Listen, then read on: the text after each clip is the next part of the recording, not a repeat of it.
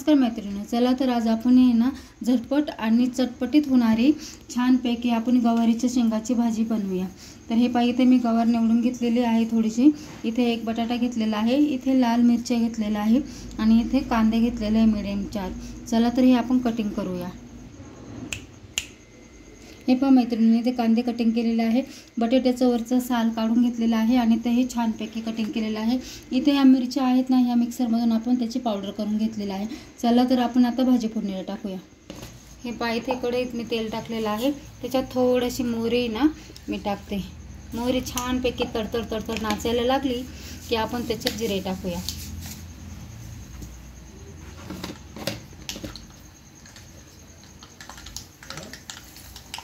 जिरे टाकले आहेत, आता कढीपत्ता टाकते।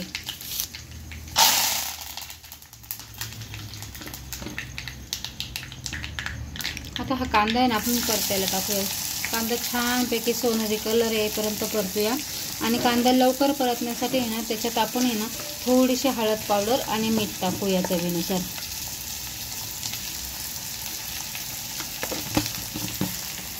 त्याच्यामुळे काय होतं, कांदा झटपट लवकर परततो।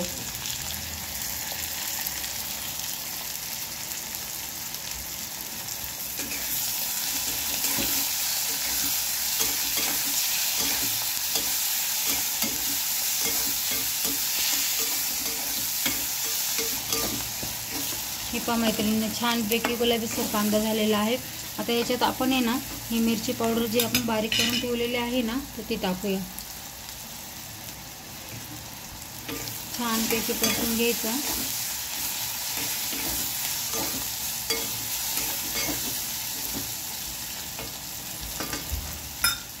त्याच्यानंतर इथे आहे ना मी गवार आणि बटाटा आहे ना हा स्वच्छ 3-4 पाण्याने धुवून घेतलेला आहे, तर तो आपण त्याच्यात आता टाकूया।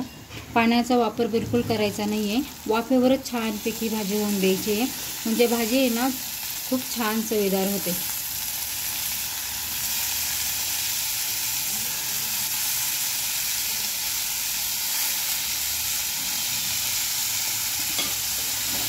गॅस एकदम बारीक करून ठेवायचा आहे आणि परतून भाजी घेऊन त्याच्यावर आहे ना 5-10 मिनिटं छानपैकी झाकण ठेवायचं। हे पहा मैत्रिणींनो, छानपैकी भाजी तयार झालेली आहे। पाणी न टाकता फक्त वाफेवर भाजी छानपैकी तेलातच आपली ही छान शिजलेली आहे।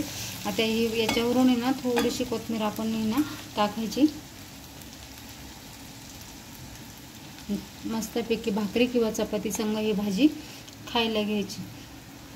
तर आता या पद्धतीने तुम्ही अशी भाजी करून बघा, खाऊन बघा आणि सबस्क्राईब करायला विसरू नका।